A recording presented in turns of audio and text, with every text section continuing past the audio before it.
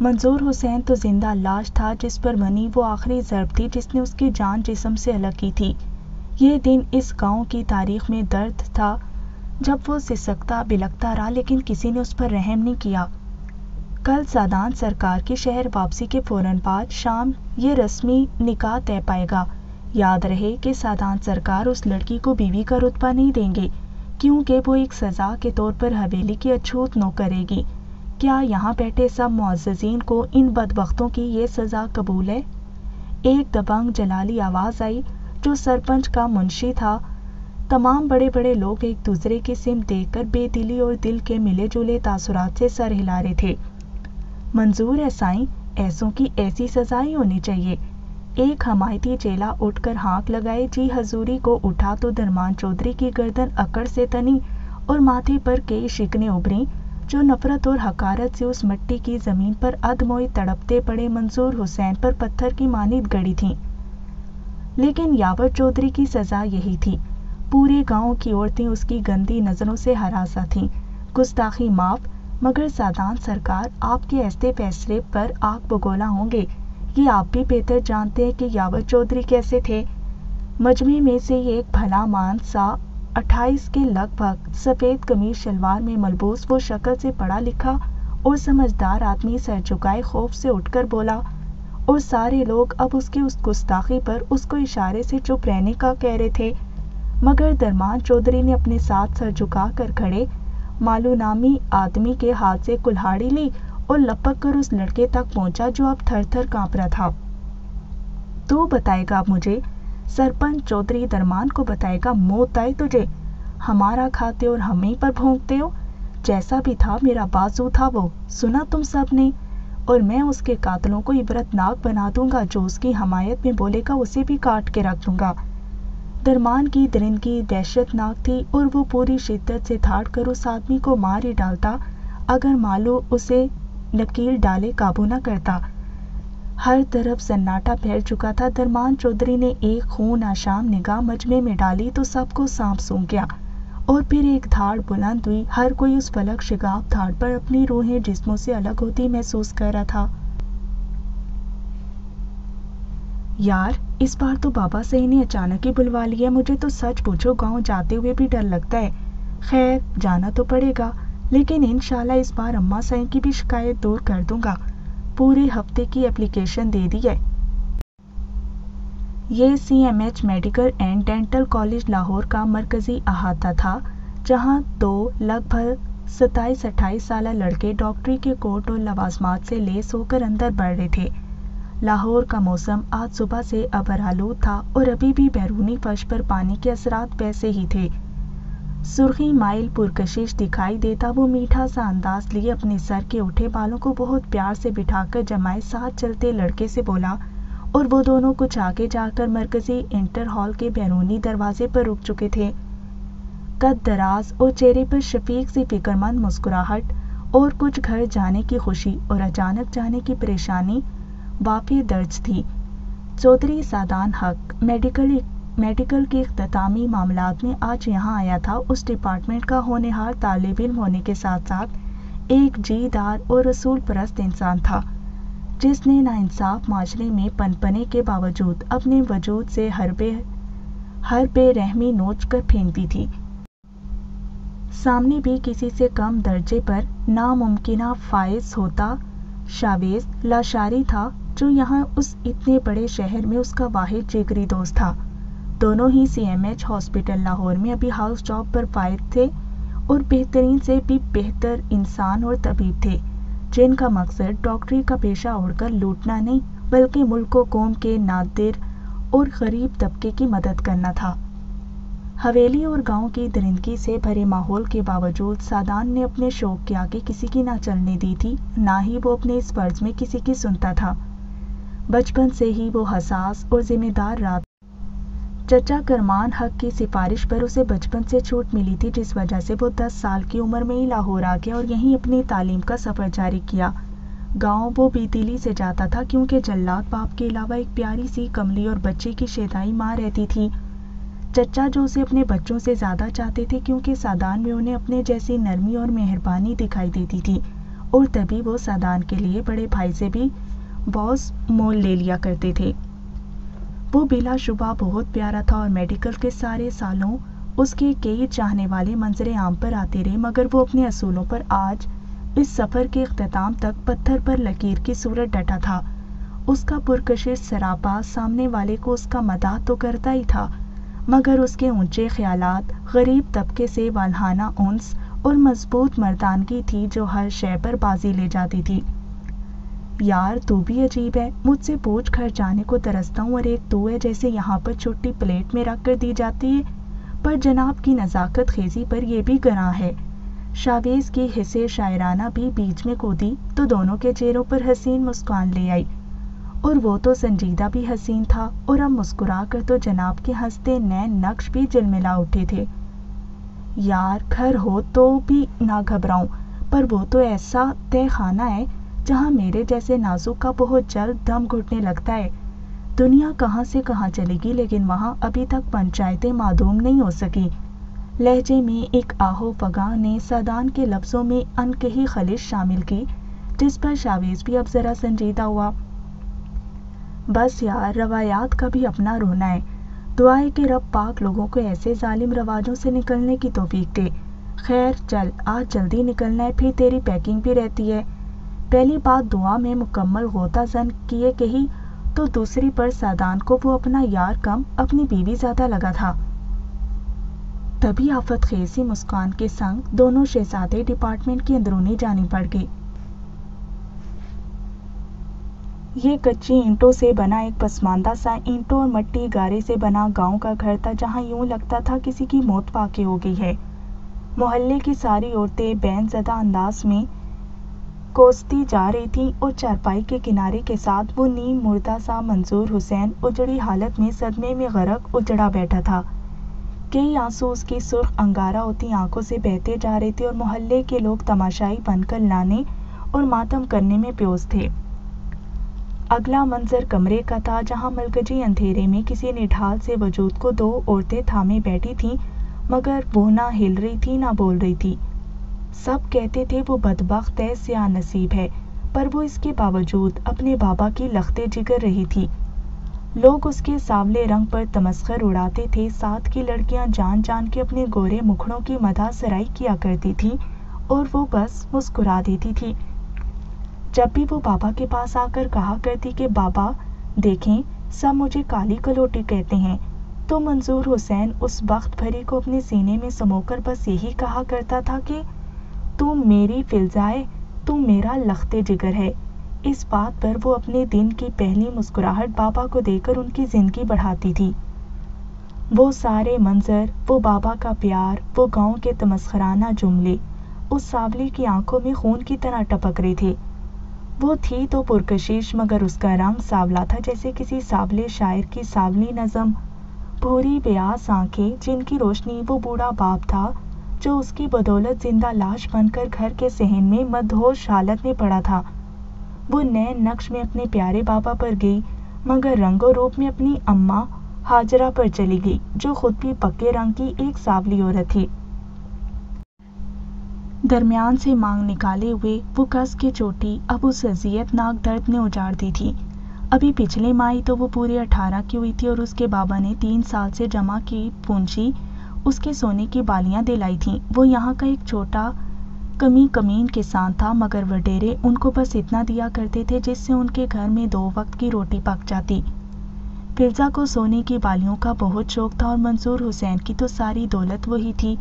کتنی خوش تھی وہ ان بالیوں کو پہن کر۔ اس کے ہونٹوں پر گلابی لالی ہٹتی ہی نہیں تھی، بھلے وہ اس پر اتنی سجتی نہ تھی، پر بھدے رنگ کے باوجود اسے سجنے سنورنے کا جنون تھا۔ آج وہ فلزا ونی کی بھینٹ چڑھ چکی تھی، اور اس کے پاس نہ خود پر ماتم کو آنسو تھے، نہ اس بوڑھے باپ کی تسلی کو کوئی حرف۔ دل تھے کہ پورے گاؤں کے پھٹکے تھے، لوگ تسلیاں دے رہے تھے، مگر ان دونوں باپ بیٹی کا نقصان نہیں دیکھ رہے تھے۔ قیامت سے پہلے اگر قیامت آئے گی تو وہ منظور حسین کے اس گھر میں آئی قیامت جیسی ہوگی۔ آسمان سرخ تھا کیونکہ بہت بڑی زیادتی ہو رہی تھی۔ لختے جگر کو زندہ دفن کرنے کا وقت ہو رہا تھا۔ منظور حسین کی تکلیف اس کی نبضوں سے دھیرے دھیرے زندگی اچک رہی تھی۔ وہ اپنے ہاتھوں سے فلزا کی قبر تیار کرنے والا تھا، موت بھی اس دروازے سے خوف کھا کر فرار ہو گئی تھی۔ درمان حویلی میں آج یاور چودھری کی موت کا تیسرا دن تھا اور اس کی موت کی اطلاع ونی کے فیصلے کے بعد سب کو دی گئی۔ پوری حویلی سوگ، آہوں، چیخوں سے گونج رہی تھی۔ سلطانہ بیگم جو اپنے جوان بیٹے کی موت پر ابھی تک صدمے سے باہر ہی نہیں آئی تھیں، انہیں کوئی ہوش نہیں تھا کہ وہ زندہ بھی ہیں یا یاور کے ساتھ ہی قبر میں اتر گئیں۔ کسی کو بھی ابھی یاور کی موت کا علم نہیں تھا، یہاں تک کہ سادان کو بھی نہیں۔ اسے بس فیصلے کے بعد گاؤں آنے کی ہدایت پہنچ گئی تھی، جس پر وہ کل فجر منہ سویرے تک گاؤں پہنچنے والا تھا۔ پوری حویلی سفید اور سیاہ رنگ میں نہا کر سوگ کا ہولناک نظارہ پیش کر رہی تھی۔ حویلی کے کئی ملازمین بھی ہاتھ باندھے غمناک صورتیں لیے کھڑے تھے۔ صحن کے بیچوں بیچ سفید چادروں پر گاؤں کی معززین عورتیں بیٹھی قرآن مجید اور سورہ یاسین کی تلاوت کر رہی تھیں۔ اگربتیوں کے دھوئیں نے دل و دماغ کو شل کر کے مزید سوگ پھیلا رکھا تھا۔ ایک طرف سلطانہ بیگم سفید جوڑے اور سیاہ چادر میں لپٹی مدہوش حالت میں تمام لوگوں کے لیے دکھ اور کرب کا مزید سامان بن رہی تھیں۔ پل دو پل بعد ان کی آنکھیں بھرنے لگتیں اور پھر کنارے تک بھر کر بہہ پڑتیں اور گالوں سے یہ تپتا سیل رواں گزرنے لگتا۔ ساتھ بیٹھی کومل خود رو رو کر ہلکان تھی۔ کرمان چودھری اس گھر کے چھوٹے سپوت تھے، جبکہ زوجہ حیات نہ تھیں۔ ایک ہی بیٹی کومل تھی جو پڑھائی مکمل کر کے گاؤں کے ایک نجی اسکول میں بابا کی سفارش پر تھوڑے سے بچوں کو پڑھاتی تھی۔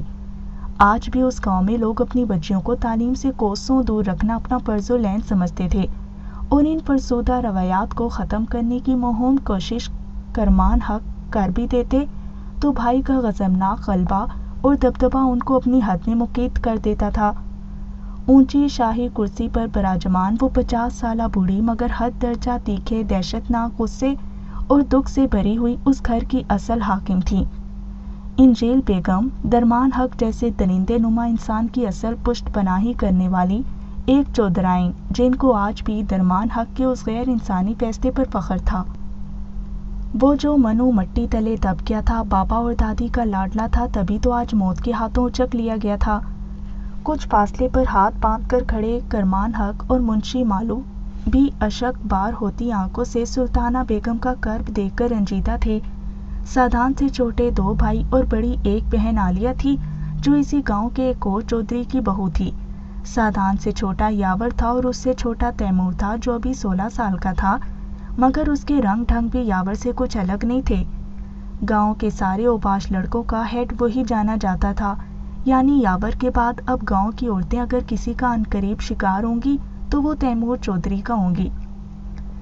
سادان کی طبیعت سب سے الگ تھی، وہ اپنی ماں پر تھا۔ سلطانہ بیگم بھلے غیر تعلیم یافتہ سی گھریلو خاتون تھیں، مگر وہ نرم دل تھیں اور سادان کو یہ نرمی کچھ دادا کی طرف سے اور کچھ ماں سے ملی تھی۔ چودھری درمان کا حویلی میں آنا ہر چیز کو پتھر کر دیتا تھا۔ وہ اکڑتے ہوئے حویلی کے دالان میں آیا، جہاں گاؤں کی عورتیں اب ایک ایک کر کے وہاں سے اٹھ کر جانے لگی تھیں۔ کریم کلر بوسکی کا سوٹ، کندھوں پر چادر اور سر پر میرون شملہ سجائے وہ ایک درندہ صفت انسان بہت بڑی بے رحمی کر کے لوٹ آیا تھا۔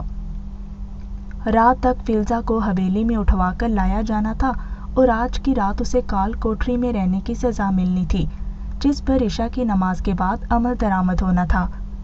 یاور کے مجرموں کا انجام اب اس گاؤں کا بچہ بچہ دیکھے گا۔ بس کرو یہ سوگ تم سب، سوگ تو اب وہ منائیں گے جن پر میرا قہر ٹوٹے گا۔ حویلی کی دیواریں اس چیرتی دل دہلاتی آواز سے لرز گئی تھی، کسی میں ہمت نہیں تھی کہ وہ چودھری درمان حق کے سامنے زبان کھولتا۔ مر گیا میرا یاور، مار دیا میرے بچے کو، مار دیا آپ دونوں ماں بیٹوں نے مل کر، کہا تھا اسے ایسی ڈھیل نہ دے، دیکھ لیں انجام، میرا کلیجہ پھٹ چکا ہے۔ سلطانہ بیگم کی دردناک چیخ پر انجیل بیگم اور درمان نے خونخوار انداز میں ان کی سمت دیکھا۔ درمان تو اس کا گلا دبانے دہشت سے اس کی جانب لپکا، مگر کرمان نے بمشکل پوری طاقت سے روکا۔ کیا بکواس کر رہی ہے تو بدبخت عورت، دوبارہ ایسا کہا تو زبان کھینچ لوں گا۔ وہ تو گویا ہتے سے اکھڑ کر ان پر برس ہی پڑتا، مگر سلطانہ بیگم کا دل تھا کہ پہلے ہی لہو ہو رہا تھا۔ دفع مار اسے، اس کا بس چلے تو تم مردوں کو چوڑیاں پہنا دے، بدلہ مرد کی شان ہے۔ مجھے تجھ پر فخر ہے درمان، ان نیچ لوگوں کی یہی سزا تھی۔ وہ جو آگ کی طرح دہک رہا تھا، ماں نے اٹھ کر تسلی دی تو اس کے چہرے کا ابشار ہوتا خون واپس بحال ہوا، مگر وہ یوں دیکھ رہا تھا جیسے آج ہر کسی کو زندہ درگور کر کے رکھ دے گا۔ بس اماں، میرا سینہ ان لوگوں کی تباہی ٹھنڈا کرے گی۔ میرا بچہ چلا گیا، میرا یاور چلا گیا۔ او کمیلا، یہ تو تیرے باپ کے جانے کی عمر تھی، تو کہاں چل دیا؟ دہشت نے ان آنکھوں میں بھی نمی اور تکلیف اتاری تو ہر آنکھ اشک بار ہوئی، یہاں تک کہ سلطانہ بیگم لڑکھڑاتی ہوئی اٹھی تو کرمان نے کومل کو ان کے ساتھ رہنے کا اشارہ کرتے ساتھ بھیجا۔ کومل بھی بہت پیاری اور حساس تھی اور سب سے بڑھ کر وہ کرمان کی طرح نازک دل رکھتی تھی۔ بس کر دو درمان، ہوستا کر پتر۔ انجیل بیگم کو تو ان کی صفاکی پر ایوارڈ دینا بنتا تھا۔ خدا ایسوں کی عقل پر پتھر اور دلوں میں سیاہی اتار دیتا ہے۔ ظالم کے ظلم کی عمر جتنی بھی طویل کیوں نہ ہو، ایک دم ان کے ہر ظلم کا حساب وہ آسمان پر بیٹھا اللہ لے کر ہی رہتا ہے۔ رات کی تاریکی اپنے جوبن پر تھی۔ محلے کے لوگ ان دونوں باپ بیٹی کی زندہ لاشوں پر رو کر جا چکے تھے۔ عشاء کی اذانوں کو بس کچھ دیر تھی۔ گھر کا ذہن بلب کی شعلہ نما روشنی میں نہا کر مزید دردناک منظر پیش کر رہا تھا۔ وہ بابا کی گود میں سر رکھے بے جان اور نڈھال تھی۔ جب جب وہ نظر اٹھا کر بابا کو دیکھتی تو وہ مسکین سخت شدت سے رونے لگتا۔ وہ اب بابا کو بنا دیکھے رو رہی تھی۔ اس کا روپ بالکل کسی بے جان ہوا کی طرح دل کو بجھا رہا تھا۔ اس کی بڑی بڑی بھورے کٹوروں والی آنکھیں متورم ہو کر مزید لال تھیں، بال چوٹی سے نکل کر اسے مزید اجڑا پیش کر رہے تھے۔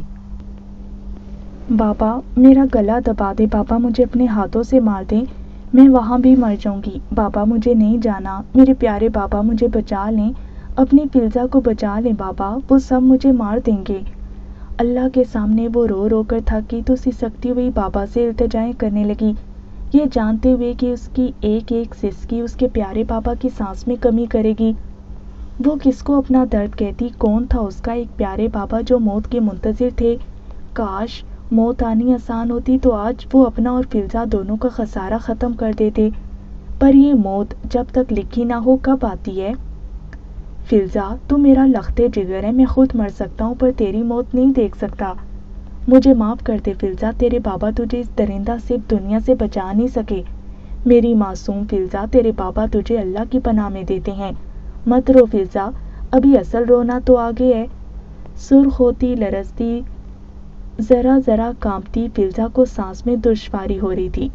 منظور حسین رو رو کر ہی مر جانے کی سرحد پر آ چکا تھا، آج آسمان کیوں نہیں پھٹ رہا تھا؟ بابا مجھے اکیلا مت کریں، بابا یہیں فلزا کی قبر بنا دیں، بابا میرے اچھے بابا ہو نا اب، بابا نہیں چھوڑو مجھے۔ فلزا کو اپنے قدموں سے اٹھائے وہ روتا باپ اسے بس سینے سے ہی لگا سکتا تھا، یہ دنیا ان پر تنگ تھی۔ ستم یہ تھا کہ موت نے بھی منظور حسین کے گھر آنے سے انکار کر دیا تھا۔ منظور حسین کو اپنے ہونے پر دکھ تھا۔ نہ التجائیں کر، یہ دنیا ہم جیسوں کی نہیں ہے، یہ ان کی ہے جن کو ہم جیسے بس زمین کے کیڑے محسوس ہوتے ہیں۔ میں تجھے اللہ کے سپرد کرنے کے سوا کچھ نہیں کر سکتا فلزا، اپنے بابا کو معاف کر دینا۔ اپنے لختے جگر کو چھلنی ہوتے دیکھنے پر کوئی باپ ایسا مجبور نہ ہو جیسا منظور حسین بدبخت ہے۔ فلزا نے بلکتی آہوں کو معدوم کر کے اپنے دونوں نازک ہاتھوں سے بابا کا چہرہ ہاتھوں میں بھرا اور پھوٹ پھوٹ کر رو دی۔ وہ کملا بھی اپنی اکلوتی کائنات کو سینے میں سموئے ویسا ہی رویا۔ آسمان تک اس دل خراش منظر پر آبدیدہ تھا، روح تیر سے سنی تھی۔ لکڑی کے لاغر سے دروازے کی دستک نے ان دونوں کو پتھرا دیا۔ گیٹ بڑی بری طرح پیٹا جا رہا تھا اور پھر ایک ہی دھکے سے یکے بعد دیگرے کئی چودھری کے سانڈ نما آدمی اندر گھسے تو منظور حسین اٹھ کر اس کانپتی فلزا کی کمزور ڈھال بنا۔ دروازہ اس وقت پیٹے جانے کے باعث ایک بار پھر پورا محلہ منظور حسین کے گھر کے سامنے اکٹھا ہو گیا تھا۔ وہ روتا رہا، پیٹتا رہا، مگر وہ خبیث شکلوں والے آگے بڑھ کر فلزا کو بازو سے گھسیٹ کر باہر لپکے۔ فلزا کی فلک شگاف چیخیں پورے گاؤں نے سنی، کسی سور کی مانند سنی تھی۔ آسمان، تجھے اس درندگی پر گر پڑنا چاہیے تھا۔ اے زمین، تو کیوں سلامت رہی جب ایک پیارے بابا سے اس کی لختے جگر الگ ہوئی؟ منظور حسین نے تڑپتے ہوئے آگے بڑھنا چاہا تو ایک بھدی شکل والے سانڈ نے اس مسکین کو گھونسا مارا اور فلزا کو لے کر نکل گئی۔ ان کے جاتے ہی باہر کھڑے لوگ پریشانی سے روتے ہوئے منظور حسین تک پہنچے، جس کے منہ اور ناک سے خون کا فوارہ پھوٹ رہا تھا۔ تکلیف کے باوجود منظور حسین کسی مچھلی کی طرح سسک کر تڑپ رہا تھا۔ یا اللہ، میری فلزا تیرے حوالے، میری فلزا تیرے حوالے۔ لوگ اس ظلم پر اشک بار تھے۔ مجمع سے وہی لڑکا بھاگتا ہوا منظور حسین تک آیا جس کے ہاتھ میں دوا اور میڈیکل کا سامان تھا۔ یہ وہی بشیر نامی لڑکا تھا جس نے دن میں جرگے میں درمان چودھری کے آگے بولنے کی جسارت کی تھی۔ وہ منظور حسین کو اب دوا اور محلے دار آدمیوں کی مدد سے اندر لے جا رہا تھا۔ وہ یہاں کی میڈیکل ڈسپنسری میں کام کرتا تھا اور سعدان اسے بہت سراہتا تھا کیونکہ بلا شبہ وہ ایک جی دار اور قابل لڑکا تھا۔ ان کی مرہم پٹی تو کر دی، مگر منظور حسین نیم بے ہوشی میں بھی تڑپ رہے تھے اور سب لوگ سراپائے دکھ اور درد میں غرق ہو گئے۔ فلزا کو وہ غنڈے حویلی لے کر گئے جہاں انجیل بیگم نے اسے کال کوٹری میں پھینکوا دیا اور بنی کے نکاح تک اسے یوں ہی بھوکا پیاسا رکھا جانا تھا جو ان کا رواج تھا۔ نکاح کے بعد اسے گھر کے باقی ملازمین میں شامل کیا جانا تھا، مگر اس سے پہلے فلزا پر کئی عذاب اترنے تھے۔ کال کوٹری کی سیاہ دیواریں اور وہ بس یا اللہ کہہ رہی تھی یا پیارے بابا۔ اس کی آواز حلق سے باہر آنے سے انکاری تھی۔ اسے اندھیرے سے ڈر لگتا تھا اور ان ظالموں نے اس ننھی جان پر پہلا ظلمی اندھیرے کا ڈھایا تھا۔ فلزا کی مدد کو اب اللہ ہی کوئی رہنما بھیجنے کو تھا۔ اس کے بابا نے بھی اسے اللہ کے سپرد کیا تھا، اور اللہ جس کی حفاظت کرتا ہے اسے تکلیف تو دور، تکلیف کے سائے تک سے بچا لیتا ہے۔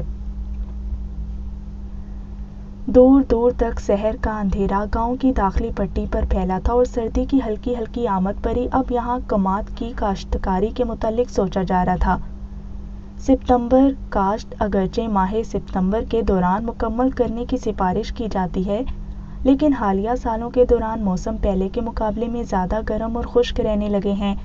اس لیے جس سال ستمبر میں درجہ حرارت 37 سینٹی گریڈ یا زیادہ ہو، اس سال اس موسم کی کماد کو اکتوبر میں ہونے کی سفارش کی جاتی تھی۔ اسی دوران اگر مونسون کی بارشیں کم ہوں تو ایسی صورت میں بھی یہ فصل وسط اکتوبر تک بھی کاشت کی جاتی تھی۔ ستمبر کاشتہ کماد کے موسموں کو جلدی اگاؤ دینے والا ٹانک یعنی فرٹی گرین سٹارٹ لگانے کی ضرورت نہیں ہوتی، اور اسی وجہ سے اس بار گاؤں میں اس فصل کی کاشت جاری کی گئی تھی۔ گاڑی مالو چلا رہا تھا اور چہرے پر ہولناک چبھ تھی جسے سعدان کافی دیر سے نوٹ کر رہا تھا۔ گاؤں آنے کے لیے وہ اپنا وہاں کا لباس بدل کر بابا سائیں کا ہدایت پر عمل کرتا شلوار سے تن کیے ہوئے تھا، اوپر باسکٹ، اور یہ لباس سعدان کے دراز روبدار اور مردانہ وجاہت سے لبریز سراپے پر زیادہ جچتا تھا۔ مالو چچا کی خاموشی اور گاؤں کی تاریک افسردگی سے تنگ آ کر اب سعدان مزید چپ نہیں رہ پا رہا تھا۔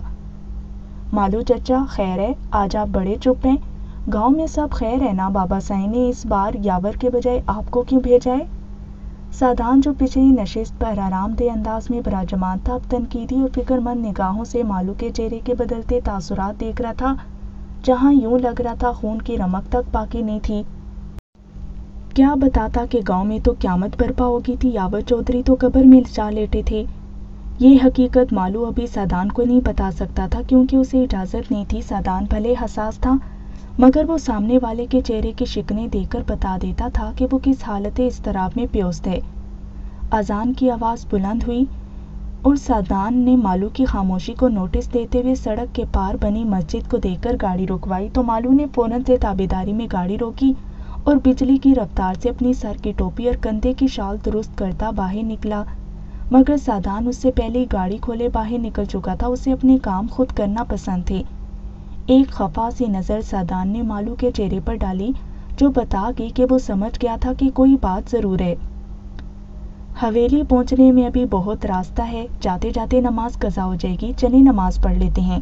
سعدان نے مالو کے تاثرات بھلا کر گاڑی کا دروازہ بند کیا اور مالو چچا کے ساتھ اندر جانے کو تیار ہوا، مگر اس کے قدموں کو بریک لگی دیکھ کر سعدان نے افسوس سے گردن موڑی تو مالو شدید گڑبڑائے تاثرات دے رہا تھا۔ سائیں سرکار، وہ نا، میں آنے سے پہلے بھینس نہلا کے آیا تھا تو ممکن ہے کوئی پلیتی کا چھینٹا پڑ گیا ہو، آپ جائیں، میں گھر جا کر۔ سعدان کی چھٹی حس بتا رہی تھی کہ مالو چچا کا دماغ اپنی جگہ سے ہلا ہے۔ سادان کے خفا تاثرات اور سنجیدہ تیوری نے مالو کے کئی لفظ زبان پر ہی قفل کیے اور اب وہ مکمل مالو کے روبرو تھا۔ خود کو ہر وقت پاک و صاف رکھنا ہمیں ہمارا دین سکھاتا ہے، خاص کر سفر کے دوران۔ چچا مالو، مجھے آپ سے ایسی امید نہیں تھی، خیر آپ یہیں رکیں، میں آتا ہوں۔ ساحرانہ انداز لیے وہ ایک ایک لفظ مالو چچا کی آنکھوں میں جھانکے کہہ کر خود مدھم رفتار سے سنگ مسجد کے داخلی دروازے کی سمت بڑھ گیا، جبکہ مالو نے اپنی ٹوپی اتار کر اکا دکا بالوں میں ہاتھ پھیر کر آسمان کی سمت دیکھا۔ نماز چھوٹے تو عرصہ بیتا ہے، کس منہ سے جاتا؟ جا مالو، تیرا بیڑا غرق ہو۔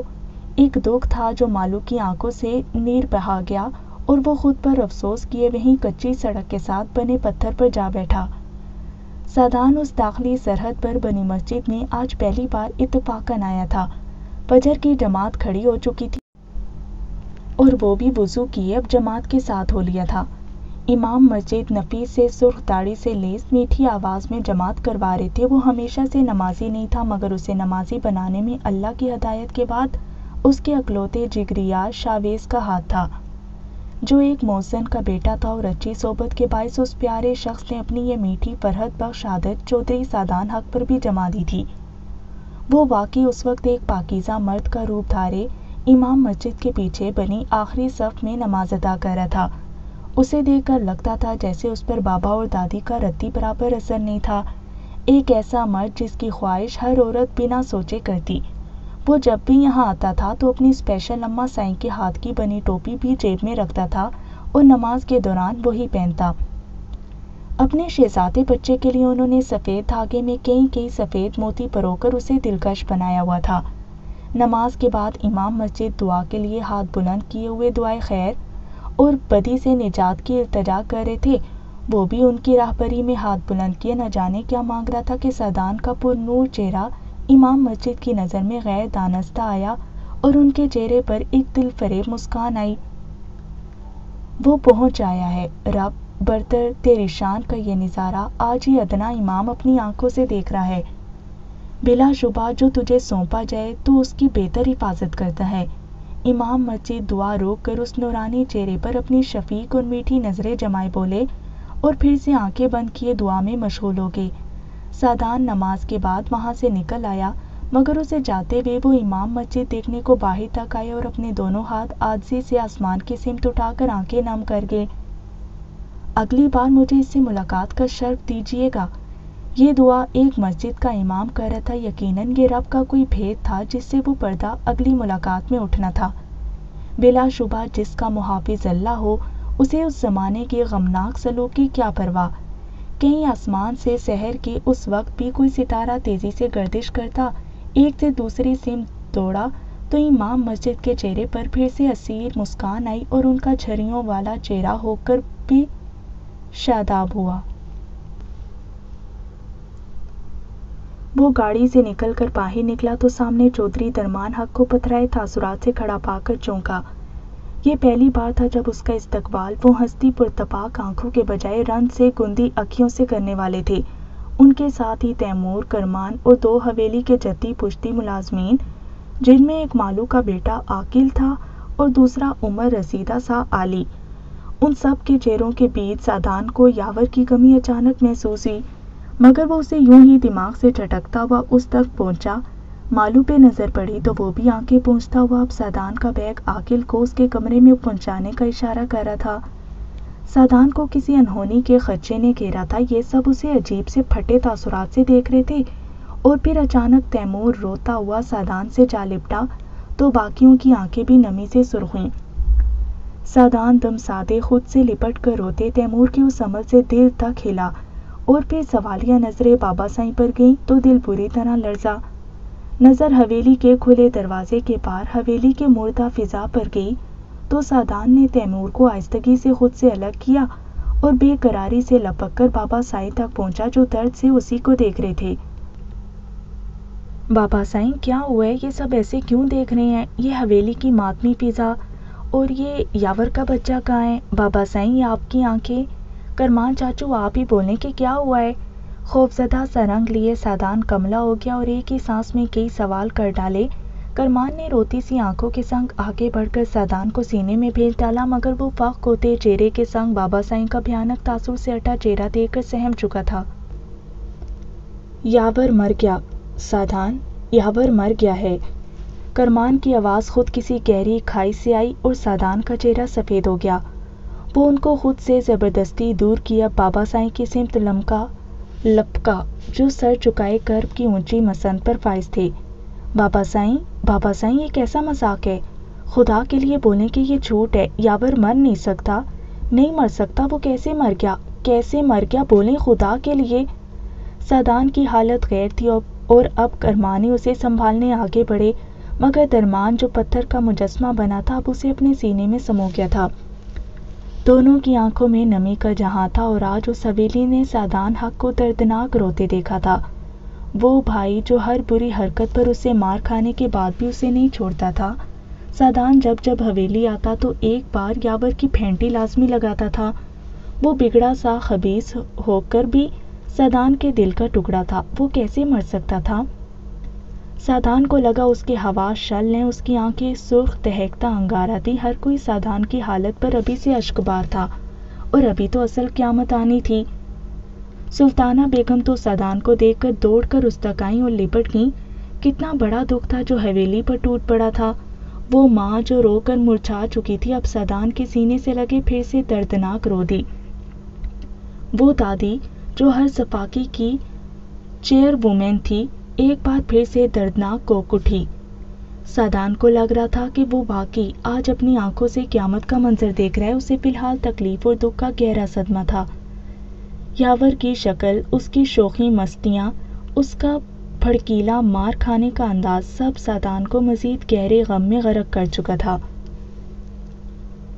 اس کی سانس اٹک رہی تھی، یہاں وہ زندگی اور موت کی کشمکش میں خود خوف اور درد سے آہیں اور ہچکیاں لے رہی تھی، اور وہاں کمرے کی عین وسط میں تڑپتا منظور حسین بامشکل سانس لے رہا تھا۔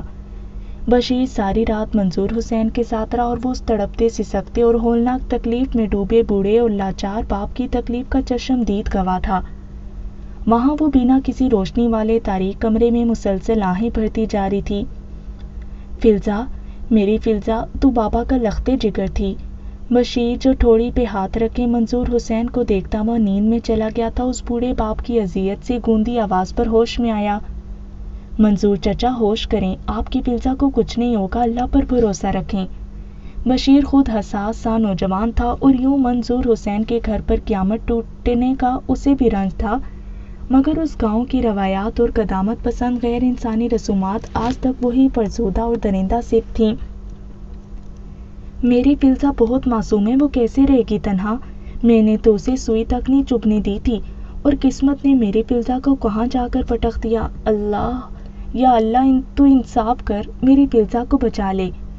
کئی آنسو وہ کملا بےکس باپ بہاتا گیا اور بشیر کے پاس بھی رنج کی اس لازوال صورت میں حال میں کوئی تسلی اور آسرا نہیں بچا تھا۔ خود بشیر کا باپ انہیں چودھریوں کی غلامی کرتا کرتا آخر میں انہیں کے ہاتھوں مارا گیا اور آج تک بشیر کو کسی نے انصاف نہیں دیا تھا۔ وہ یتیم بچہ بھی بڑا بلبلایا تھا، مگر اس گاؤں کی جان سوز روایات نے کسی کے آنسو کی پرواہ نہیں کی تھی۔ ایک بوڑھی ماں تھی جو سلائی کا کام کر کے بشیر کو پڑھاتی رہی تھی اور اب بھی گاؤں کی بچیوں کو سلائی سکھاتی تھی۔ اس ماں کے صبر اور ریاضت کا ثمر بس بشیر احمد تھا۔ آج منظور حسین کا کرب دیکھ کر اسے اپنا بھی ناسور کی مانند دل کے ویڑے میں سجا زخم ہرا محسوس ہوا اور تبھی اس کی آنکھوں میں سرخی اتر آئی۔ فلزا میری بہن جیسی ہے چچا، میں آپ سے وعدہ کرتا ہوں کہ سادان سائیں کو سارا سچ بتاؤں گا۔ وہ ایسے نہیں ہے کہ کسی معصوم پر ظلم ہونے دیں۔ آپ خود کو سنبھالیں، آپ کو کچھ ہو گیا تو وہ نہ مانی تو یوں ہی مر جائے گی۔ بشیر کی تسلی پر منظور حسین مزید پھوٹ پھوٹ کر رویا تھا۔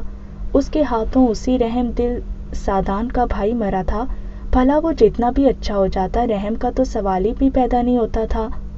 وہ اپنے بھائی کا خون کیسے معاف کرے گا؟ وہ بھی تو چودھری درمان کا خون ہے۔ میرا تو بس اللہ مددگار ہے، میری فلزا، میری اچھی فلزا۔ منظور حسین خود کو کوئی جھوٹی تسلی نہیں دے سکتا تھا، اسے بس ہر طرف قیامت دکھائی دے رہی تھی۔ بشیر بھی اس کے بعد کچھ نہیں بولا۔ منظور حسین کا چہرہ سوج چکا تھا، آنکھیں تھی کہ کربناک منظر پیش کر رہی تھیں۔ کمرے کی سیاہ تاریکی جسم سے روح کو کھینچ رہی تھی اور بچ نکلنے کی کوئی سبیل نہیں تھی، اور اس کال کوٹری میں مٹی سے اٹی زمین پر بے جان پڑی بابا کی لخت جگر رفتہ رفتہ مر رہی تھی۔ وہ مر رہی تھی اور موت اس کے سامنے لہرا لہرا کر دامن چھڑوا رہی تھی۔ ابھی کچھ وقت بعد اس کی زندگی مزید جیتے جی موت سے بدتر بننے والی تھی، اور اب اس کے آنسو ختم ہو کر آنکھوں سے لہو برسانے کا سامان کیے بیٹھے تھے۔ ابھی یاور کی موت کا صدمہ کم ہوا نہیں تھا، اور سادان کے دل و دماغ کو ایک نیا دھچکا دے کر اس کے جسم سے سارا لہو کھینچ لیا گیا۔ وہ پھٹی آنکھوں اور فک ہوتے چہرے کے سنگ درمان چودھری کے انکشاف پر پتھر کا وہ مجسمہ بنا جس کو بس ایک ہلکی ٹھوکر درکار تھی اور اس نے شکستہ ہو کر مسمار ہو جانا تھا۔ حویلی کے اندرونی ہال میں تمام لوگ ہولناک شکلیں لیے سادان اور درمان کو ایک دوسرے کے سامنے کھڑا دیکھ کر خوفزدہ تھے۔ کیا کہا آپ نے بابا سائیں؟ یاور کو منظور حسین نے قتل کیا ہے؟ میں نہیں مان سکتا۔ کیوں قتل کیا؟ کوئی مجھے بتائے گا یا میں خود اس سے حساب لینے جاؤں؟ سادان کی سرخ آنکھیں اب خون آشام تھیں اور وہ اپنی آواز مکمل محدود رکھ کے بھی دھاڑا تھا، جس پر انجیل بیگم اپنی چادر درست کرتی ہوئی ہاتھ میں چھری تھامے چلتی ہوئی ان دونوں تک آئیں اور نظریں کسی غیر مرئی نقطے پر پتھر ہو کر حقارت سے بھر گئیں۔ پہلے ونی کا نکاح ہوگا، تجھے جو پوچھنا اور جاننا ہے وہ بعد میں۔ دادی کی تڑکتی سی حکم کی ترنگ میں کئی بات پر سادان نے بے یقینی اور صدمے سے ان لوگوں کی ان فرسودہ رسموں پر اپنا سر جکڑنا چاہا تھا۔ آپ سب اپنے ہوش میں ہیں یا نہیں؟ یہاں یاور کا کفن میلا نہیں ہوا اور میں یہ نکاح کر لوں؟ اور ونی، خدا کے لیے اس بابرکت رشتے کو سزا اور درندگی کا لبادہ آپ کب تک اڑاتے رہیں گے؟ جب تک مجھے یاور کی موت کی سچائی کا علم نہیں ہوگا میں آپ لوگوں کی کوئی بات نہیں سنوں گا۔ اپنی بات ضبط کے دہانے پر کھڑے ہو کر وہ کہہ کر وہاں سے چلا جاتا اگر درمان چودھری کی دبنگ لرزاں خیز آواز سادان کے قدم زنجیر نہ کرتی۔ سختی اور برہمی سے سادان نے اپنی مٹھیاں بھیج کر قدم روکے اور بنا مڑے بمشکل سانس لیے رکا۔ سادان، تجھے جتنا لاڈلا کیوں نہ رکھا ہو لیکن باپ کے سامنے زبان درازی کا حق نہیں دیا گیا۔ واپس پلٹ، وہ دونوں باپ بیٹی یاور کے قاتل ہیں۔ اس نیز ذات نے یاور کو ورغلایا اور وہ اس کی باتوں میں آ گیا۔ منظور حسین نے ان دونوں کو رنگے ہاتھوں پکڑا اور اپنی بدکار بیٹی کے بجائے میرے معصوم بچے کو مار دیا۔ اللہ کا قہر ٹوٹے اس شخص پر جو کسی معصوم پر تہمت لگائے۔ چودھری درمان حق جیسے درندے نے کس سفاکی سے سارا الزام فلزا اور منظور پر ڈالا کہ حویلی کا ہر فرد سادان سمیت صدمے میں تھا۔ سادان کو ابھی بھی بابا سائیں کی باتوں پر یقین نہیں آیا اور یہ سن کر سادان کے ہاتھ پیر ٹھنڈے ہو چکے تھے۔ جہاں تک یاور کی بات تھی تو یہ سادان بھی جانتا تھا کہ وہ ایک نمبر کا اوباش اور کمینہ تھا اور اسی وجہ سے سادان اسے کئی بار مار پیٹ چکا تھا۔ اب جب وہ یہ سب بابا سائیں کی زبان سے سن رہا تھا تو اس کا دل اور دماغ سخت دباؤ میں تھے۔ آپ ایسی لڑکی سے میرا نکاح کیوں کروا رہے ہیں؟ اگر وہ یاور کو بہکا سکتی ہے تو مجھے بھی بہکا لے گی۔ سادان نے جان بوجھ کر دکھ سے یہ کہا اور سب نے دیکھا کہ کس طرح درمان حق کو پتنگے لگے اور وہ اپنا ابھرتا جاہو جلال بمشکل ضبط کر پائے۔ ان کے ماتھے کی رگیں خطرناک حد تک پھٹنے کو تھیں۔ کرمان، سلطانہ بیگم اور کومل کے تاثرات بھی رنجیدہ اور کربناک تھے جبکہ سادان کی اس بات پر انجیل بیگم نے اپنی حقارت بمشکل چہرے سے معدوم کر کے چھپائی تھی۔ بہکائے گی تو تب جب اس کا اور تیرا سامنا ہوگا۔ یہ نکاح اس کمبخت کی سزا اور اس کے باپ کے لیے عذاب ہے۔ وہ اس حویلی کی نوکر بنے گی، تجھے بس نکاح کرنا ہے، آگے تیرا کام ختم۔ سادان نے ان لفظوں میں چھپی وحشیانہ ترنگ بھاپ کر جھرجھری لی تھی۔ جس نکاح کا اسے علم تھا وہ تو روح کی پاکیزگی کا ذریعہ تھا، پر یہ بابا سائیں کیسے نکاح کا ذکر کر رہے تھے جو سادان جیسے نازک انسان کی روح تک لرزا گیا تھا۔ سادان نے دکھ دیتے تاثر کے سنگ ان تین مجبور چہروں کو دیکھا۔ سلطانہ تو بس گر پڑنے کو تھی، کومل بھی کرمان کے سینے سے لگی سادان کے چہرے کے تکلیف دہ تاثر دیکھ کر دکھ میں تھی۔ عالیہ بھی آج ہی پہنچی تھی اور ایک ماتم اس کے چہرے پر تھا۔ ایک بھائی کی موت اور دوسرے پر عذاب نے اس کی آنکھیں سرخ انگارہ کر دی تھیں۔ میں یہ نکاح نہیں کروں گا، اور آپ کے لیے روایات کا خون کرنا کون سا کٹھن ہے؟ آپ اس لڑکی کو ویسے بھی پوری سزا دینے پر قادر ہیں۔ میرا دل پہلے ہی خون ہو چکا ہے اور آپ چاہ رہے ہیں کہ یہ لہو اب میری آنکھوں سے نکل پڑے۔ پہلی بار وہ ٹوٹ پھوٹ سا گیا اور درمیان جو پتھر سے بھی سخت پن کا آکڑا تھا 2 قدم چلتا سادان تک آیا اور اپنے مضبوط ہاتھوں سے سادان کا چہرہ تھاما۔ تجھے یہ نکاح کرنا ہے، تجھے اس معاملے میں مزید نہیں گھساؤں گا، مت کر، انکار مت کر سادان۔ ہم جتنے بھی ظالم و جابر کیوں نہ ہو اپنے ہر عمل میں سینہ ٹھوک کر خود کو صحیح ثابت کیا کرتے ہیں۔ بدلہ چھوڑنا ہماری شان کو زیب نہیں دیتا، وہ نیت ذات ہے اور وہی رہے گی۔ تو بس یاور کے بدلے میں اتنا حصہ ڈال، باقی کا انتقام چودھری درمان حق لے گا۔ لہجہ دھیما اور تعصب زدہ تھا، مگر سادان نے ان کو یوں دیکھا جیسے تکلیف کے اونچے لیول پر جا ٹھہرا ہو۔ خود درمان نے سادان کی آنکھوں میں دیکھا تو دل پر آرے چلنے کے مفہوم کا حقیقی ادراک ہوا۔ سادان بھلے یہ نکاح اب کر بھی لیتا مگر اس کی اب پہلی کوشش سچائی جاننے کی تھی، مگر اس وقت وہ اس قدر دل برداشتہ تھا کہ ممکن ہے آج ہی واپس چلا جاتا۔ سادان وہاں سے گیا تو انجیل بیگم اور درمان نے صفاقی سے ایک دوسرے کی سمت دیکھا۔ ان کے چہرے پر وہی تاثر تھا جو میدان جنگ میں دشمنوں کو ٹھڈے رسید کرنے والوں کی آنکھوں میں دکھائی دیا کرتا ہے۔ بدلے کی شروعات ہونے کو تھی، زمین و آسمان کانپ جاتے، لرز جاتے، تب بھی ان ناانصافی کا توڑ نہ ہو پاتا۔ سلطانہ تو دکھ سے مزید بھر گئی، ہر کوئی اپنے اپنے انداز میں سوگ اور افسوس میں غرق تھا۔ وہ دل برداشتہ سا اپنے کمرے میں آیا اور واسکٹ اتار کر پوری شدت سے بیڈ پر دے ماری اور اپنے ہاتھوں سے اپنے سر کو جکڑتا وہیں پر ڈھہ گیا۔ عاقل جو اس کا خاص ملازم تھا اس کے پیچھے کمرے تک آیا مگر وہیں دروازے میں سادان کو سخت رنجیدہ دیکھے رک گیا۔ وہ جانتا تھا کہ کچھ بھی ہو جائے سادان صحیح تکلیف سہ لیتے ہیں مگر آپے سے باہر نہیں آتے، اور آج یہی چیز سادان کے دماغ کی رگیں پھاڑنے والی تھی۔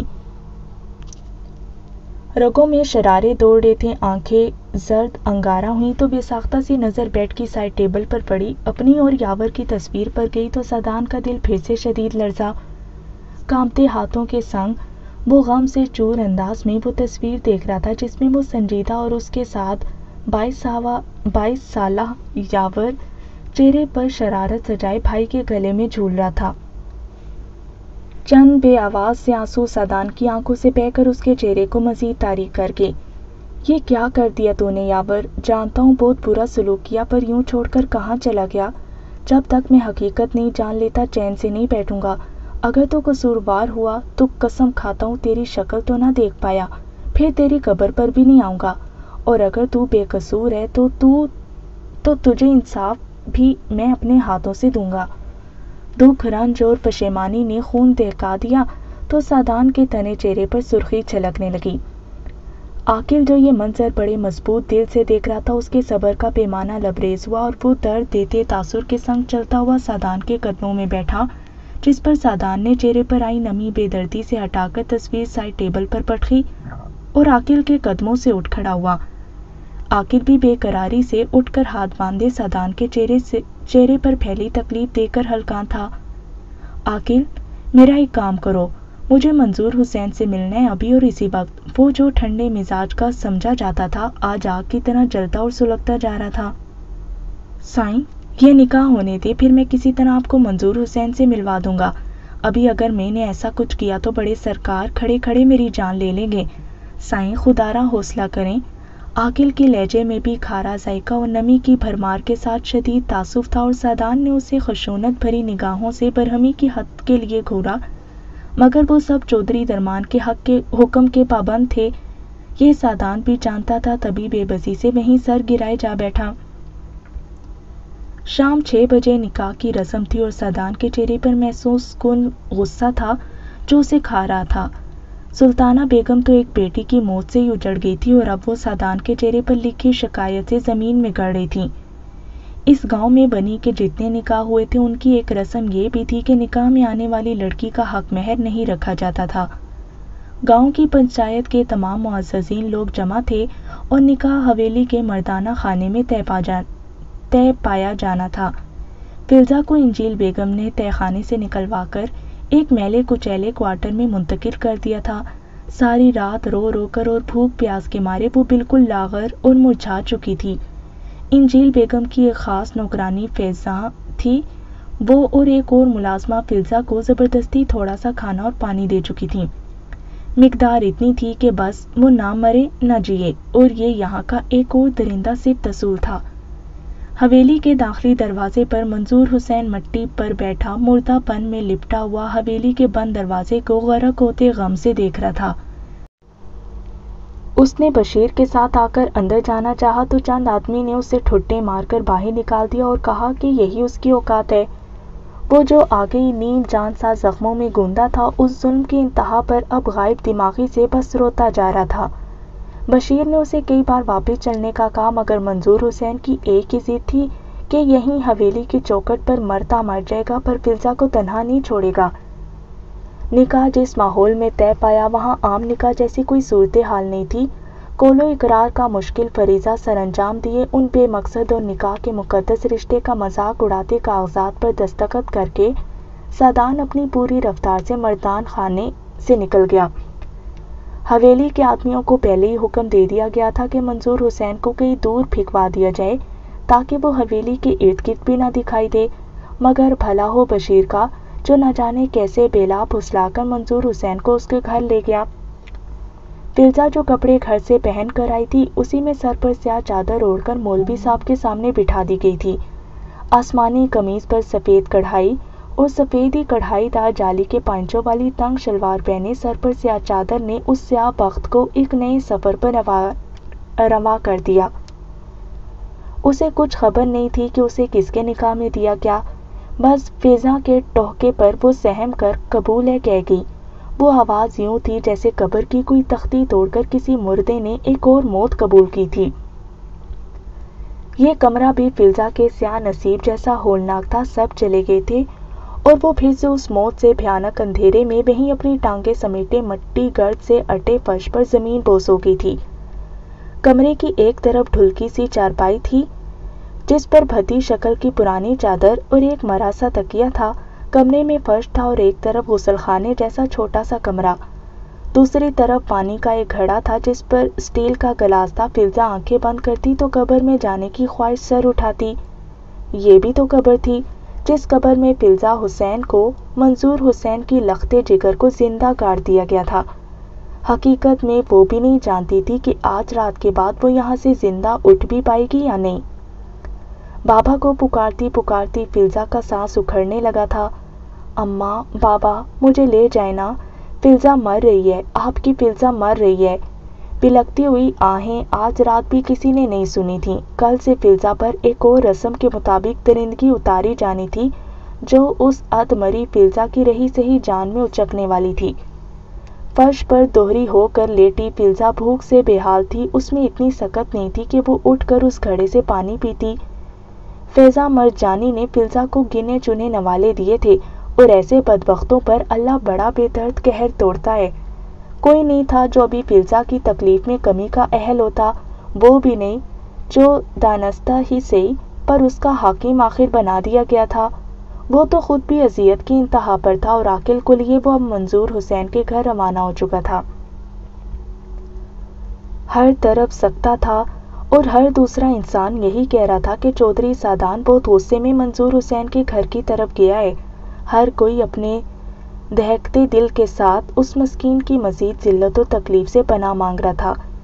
یہ گھر جس میں یاور کا قاتل تھا، سعدان کا چہرہ سرخ دہکتا شعلہ تھا اور عاقل اس کے پیچھے ہی گن لیے اندر بڑھا جہاں منظور حسین صحن کے ویران گوشے میں زخموں سے چور پڑا تھا۔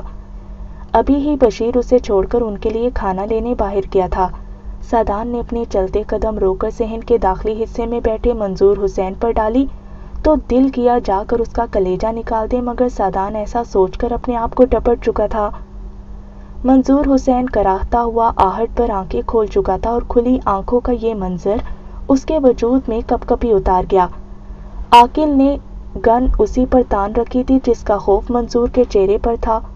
وہ کامتی ٹانگوں اور دل خراش دکھ سے اٹے چہرے کے ساتھ اٹھ کر لڑکھڑاتا آیا اور سعدان کے قدموں میں گر کر رونے لگا۔ اس کی آواز میں وہ تکلیف تھی کہ خود سعدان پتھر ہو کر چہرے کا سارا جلال معدوم کیے جھکا اور پوری طاقت سے منظور حسین کو شانوں سے پکڑ کر کھڑا کیے بظاہر اضطراری نگاہ سے مرکوز کر چکا تھا، مگر سعدان کے دل نے کہا تھا کہ یہ ٹوٹا مسمار شخص قاتل نہیں ہو سکتا۔ منظور حسین تو یوں تھا جسے بس مرنے اور سزا پانے کا آخری وقت پہنچا ہو۔ دونوں ہاتھ وہ بمشکل کھڑا رہ کر سادان کے سامنے جوڑ کر تکلیف میں غرق تھا۔ اس روز جو ہوا مجھے سچ سچ بتائیے، ایک لفظ بھی جھوٹ ہوا تو یہیں آپ کی جان لے کر جاؤں گا۔ سادان اس سے ایسی بات کی اور تمیز کی توقع نہیں تھی۔ وہ تو یہ سمجھ رہا تھا کہ سادان اس سے یاور کی موت کا بدلہ لینے آیا ہے۔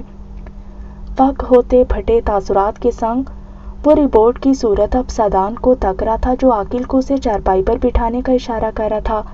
عاقل نے فوراً اسے تابیداری دکھائی اور خود سادان کے بیٹھنے کے لیے اندر سے موڑا لے کر باہر آیا۔ سادان اب اس کے سامنے تشویش زدہ سختی اختیار کیے بیٹھ چکا تھا اور وہ ذرا ذرا کانپتا منظور حسین ابھی تک صدمے میں غرق تھا۔ اللہ گواہ ہے سائیں، میں نے بس اپنی فلزا کی عزت بچانے کو یہ والا ڈنڈا اٹھا کر مارا تھا۔ یاور چودھری کئی دن سے فلزا کو تنگ کر رہے تھے۔ وہ بشیر احمد کی اماں سغرا باجی کے پاس سلائی سیکھنے جاتی تو راستے میں یاور چودھری اپنی گاڑی کھڑی کر لیتے اور کئی بار فلزا کا ہاتھ بھی پکڑا۔ وہ مجھے سب بتا دیتی تھی۔ اور پھر اس روز بھی میں جب عشاء کی نماز پڑھ کر آیا تو گھر کا دروازہ ٹوٹا پڑا تھا اور میں جب بھاگ کر اندر آیا تو یاور چودھری اپنے دو یاروں کے ساتھ فلزا کے ساتھ بدسلوکی کی کوشش کر رہے تھے۔ میں نے ڈنڈا اٹھایا ہی تھا کہ وہ دونوں لڑکے مجھے دھکا دے کر باہر لپکے اور یاور چودھری نے میری فلزا کو دیوار سے پٹک کر اس کی آستین پھاڑ دی۔ یہ منظر ایک باپ کے لیے موت سے بھی دردناک تھا۔ میں ایسا کبھی نہ کرتا، مگر وہ بہت نشے میں چور تھے تو مجبوراً میں نے آگے بڑھ کر ان کے سر پر ڈنڈا مار دیا۔ پر سائیں، مجھے نہیں پتا تھا کہ میرے یہ کرنے سے وہ مر جائیں گے۔ سرکار، بیٹیاں تو سب کی سانجی ہیں، میری فلزا بہت معصوم ہے، اللہ کو حاضر ناظر جان کر کہتا ہوں یہی سچ ہے۔ منظور حسین نے یہ ساری بات بتا کر تکلیف، درد، ماتم، شرمندگی، ندامت اور اذیت سے کہی اور سادان پتھر کا بن چکا تھا۔ اس سکتے اور صدمے میں سادان کو ان دوسرے دو لڑکوں کا خیال نہیں رہا جو اس معاملے میں گواہ ثابت ہو سکتے تھے۔ یہ سب تو اس سے بالکل مختلف تھا جو بابا سائیں نے کہا۔ اس کا دماغ یہ سن کر معاف تھا۔ اب کس پر یقین کرے اور کس کو جھٹلائے، یہ فیصلہ سہانے رو تھا۔ منظور حسین کی آنکھوں کا کرب بتا رہا تھا کہ یہ بوڑھا غریب باپ سچ کہہ رہا ہے، مگر دوسری طرف بھی تو اس کے بابا سائیں تھے۔ اگر آپ کی بات جھوٹ نکلی تو میں نہ آپ کو چھوڑوں گا نہ آپ کی بیٹی کو۔ سادان صاف صاف تنبیہ کرتا ہوا اٹھ کھڑا ہوا تو منظور حسین پھر سے سادان کے پاؤں پکڑے غم سے چور ہو کر دردناک رو دیا۔ سائیں، میری فلزا بے قصور ہے سائیں، اللہ کا واسطہ اسے اس ظلم سے بچا لیں۔ ملتجیانہ التجا لیے وہ مسکین شخص کرب کی اونچی منزل کا مسافر تھا اور سادان کے لیے ابھی وہ قابل اعتبار نہیں تھا۔ ابھی خود سادان سخت مشکل صورتحال میں تھا۔ پاؤں چھڑواتا ہوا سادان بنا کوئی جواب دیے اس بوڑھے کی فریاد رد کیے باہر نکلا تو عاقل بھی ویسی سرحد سے پیچھے لپکا۔ منظور حسین وہیں کچے فرش پر اپنے سر کو جکڑے ڈھہ گیا۔ اوپر اللہ کا سہارا تھا اور شاید زمین پر سادان حق کا۔ کوئی انجانا سا تھپکی دیتا احساس منظور حسین کے اندر اچانک اترا، جیسے کوئی اس کے بال سے ہلا رہا تھا۔ وہ وہیں اپنی آنکھیں درد سے بند کر گیا۔ پوری رات جس کرب سے فلزا نے اس اندھیرے میں کاٹی تھی، ویسی ہی تکلیف سادان کے چہرے پر درج تھی۔ عالیہ، کرمان، سلطانہ سب باری باری سادان سے بات کرنے کو آئے، مگر اس کا ایک ہی جواب تھا کہ وہ فی الوقت کسی سے کسی قسم کی بات نہیں کرنا چاہتا، نہ کسی کا سامنا کرنے کا اسے بھی کوئی ارمان ہے۔ پوری حویلی کا سوگ تھا کہ ابھی تک دیواروں سے ٹپک ٹپک کر روح لہو لہان کر رہا تھا۔ یہ ظالم فیصلہ کر کے بھی درمان چودھری کے سینے کی آگ ویسی ہی تپش میں جل رہی تھی۔ انجیل بیگم الگ فیضان کی ٹانگیں اور سر دبانے پر اپنے بستر پر سخت اکتائی ہوئی دراز تھیں۔ سلطانہ بیگم کی آنکھیں تو بس یاور کی تصویر پر تھیں اور تیمور بھی ساری رات ان کی گود میں سر رکھے لیٹا رہا۔ یہ رات ہر ایک پر جتنی مرضی بھاری کیوں نہ تھی، مگر اصل اذیت تو فلزا کے حصے میں آئی تھی۔ صبح کا سویرا آ تو گیا تھا، مگر اپنے ساتھ ایک نیا ظلم بھی لایا تھا۔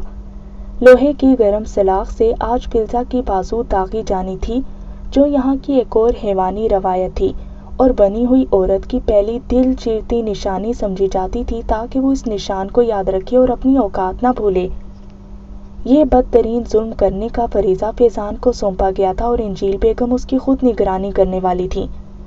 کمرے کا دروازہ کھلا تو وہ نمانی اور کملائی ہوئی فلزا خوف کے مارے مزید دیوار سے جا لگی۔ اس کا سانولا رنگ اب تو جل کر مزید خاک اور دل خراش تھا۔ اس کی پیاری اور پرکشش بھوری آنکھوں کا رنگ سرخ تھا۔ اس کے ہونٹوں پر خشکی کی پرت نے ڈیرا جما لیا تھا۔ اس کے لمبے سیاہ بال جا بجا اس کے ماتھے کے گرد جھول کر الجھن زدہ تھے۔ فیضان جو پھنکارتی ہوئی اندر بڑھی، اس کے پیچھے پیچھے حویلی کی چند اور ملازمائیں اور سلطانہ بیگم کے سنگ غرور سے سنی انجیل بیگم بھی اندر لپکیں۔ فلزا کو وہ سب حقارت سے دیکھ رہی تھی، مگر سلطانہ بیگم اس بے جان نازک سی فلزا کو کرب سے دیکھ رہی تھیں۔ یہ زنانہ خانے کا ایک ایسا ملازمین کوارٹر تھا جہاں عرصے سے کسی ملازم نے بھی رہنا چھوڑ دیا تھا۔ روشنی کا نزول ہوا تو اندر دیواروں سے لٹکتے جالے بھی سامنے لہر آئے۔ فرش پر مٹی کی دبیز تہہ تھی جس نے فلزا کا پیارا لباس اب مٹی مٹی کر دیا تھا۔ بہت سی دھول اس کے سیاہ بالوں اور چہرے پر بھی لگی تھی جو دیکھنے والے کو اس پر ترس آنے پر مجبور کر رہی تھی۔ بہت ہو گیا بی بی تمہارا آرام، جا کر سلاخ دھکا کر لاؤ اس کو، اس کی منہ دکھائی دیں۔ انجیل بیگم نے تنفر سے فلزا کا مٹی سے ہٹا سراپا دے کر جتنی ممکن حقارت تھی اس سے کہا تھا۔ گرم سلاخ کا سن کر فلزا کی رہی سہی جان بھی وجود سے نکل گئی۔ اس کے چہرے پر آنسوؤں کی دلخراش چیخ پھوٹی۔ سلطانہ بیگم چاہ کر بھی فلزا کو اس ظلم سے بچا نہیں سکتی تھی۔ وہ جانتی تھی کہ یہ سہمی کپکپاتی اور لرزتی مدھم رنگ و روپ والی فلزا گناہگار ہو ہی نہیں سکتی، مگر وہ تو ازل کی مجبور تھی۔ بھلے اس حویلی کی چودرائن مگر اختیارات میں صفر۔ ان کی آنکھوں میں بھی فلزا جیسا ہی دکھ تھا۔ فیضا حکم پر پیش پیش یوں نکلی جیسے اس ظالم کو یہ سب کر کے لطف آ رہا تھا۔ جنگلیوں کے ملازم بھی ویسے ہی درندے ہوتے ہیں، یہ سنا تھا، آج آنکھوں نے دیکھ بھی لیا تھا۔ تجھ پر زندگی تنگ نہ کرتی تو میرا نام بھی انجیل بیگم نہیں۔ نیچ، کمبخت، بدبخت، تو نے میرے یاور کی جان کھا لی، تجھے تو ایسی موت دوں گی کہ موت بھی کانپ اٹھے گی۔ عین فلزا کے سر پر کھڑی وہ فرعون کی خوبیوں والی انجیل بیگم اسے موت سے ڈرا رہی تھی، جو خود اس وقت موت کی سب سے بڑی طلبگار تھی۔ فلزا روتی رہی پر اس نے ایک بار بھی سر اٹھا کر ان درندوں کی سمت نہیں دیکھا۔ وہ ان سب کو دیکھے بنا بس موت چاہتی تھی۔ وہ لوہے کی سلاخ کاش اس کی زندگی کے چراغ کو بجھا دے۔ وہ اللہ سے آج اپنی موت مانگ رہی تھی۔ فیضان کچھ ہی دیر میں آگ سے دہکتے کوئلوں کا تھال اور لوہے کی ہینڈل والی سلاخ لیے کمرے میں آئی تو فلزا نے اپنی درد کرتی متورم آنکھیں اٹھا کر فرش پر رکھے اس تھال پر رکھی جانے والی سلاخ دیکھی تو اس کا سانس اس کے اندر ہی دبنے لگا۔ ایک خوف اور کپکپی تھی جو فلزا کے وجود میں سرایت کر گئی تھی۔ کوئی اتنا درندہ صفت بھی ہو سکتا ہے؟ خدا تم لوگوں پر بھی دہکتی سلاخیں گرائے کمبختو۔ وہ زندہ لاش تھی اور جانتی تھی کہ اس ظاہری تپی سرخ ہوتی سلاخ کے تپش میں بھی وہ دم خم نہیں ہوگا جتنی جلن فلزا کے اندر برپا تھی۔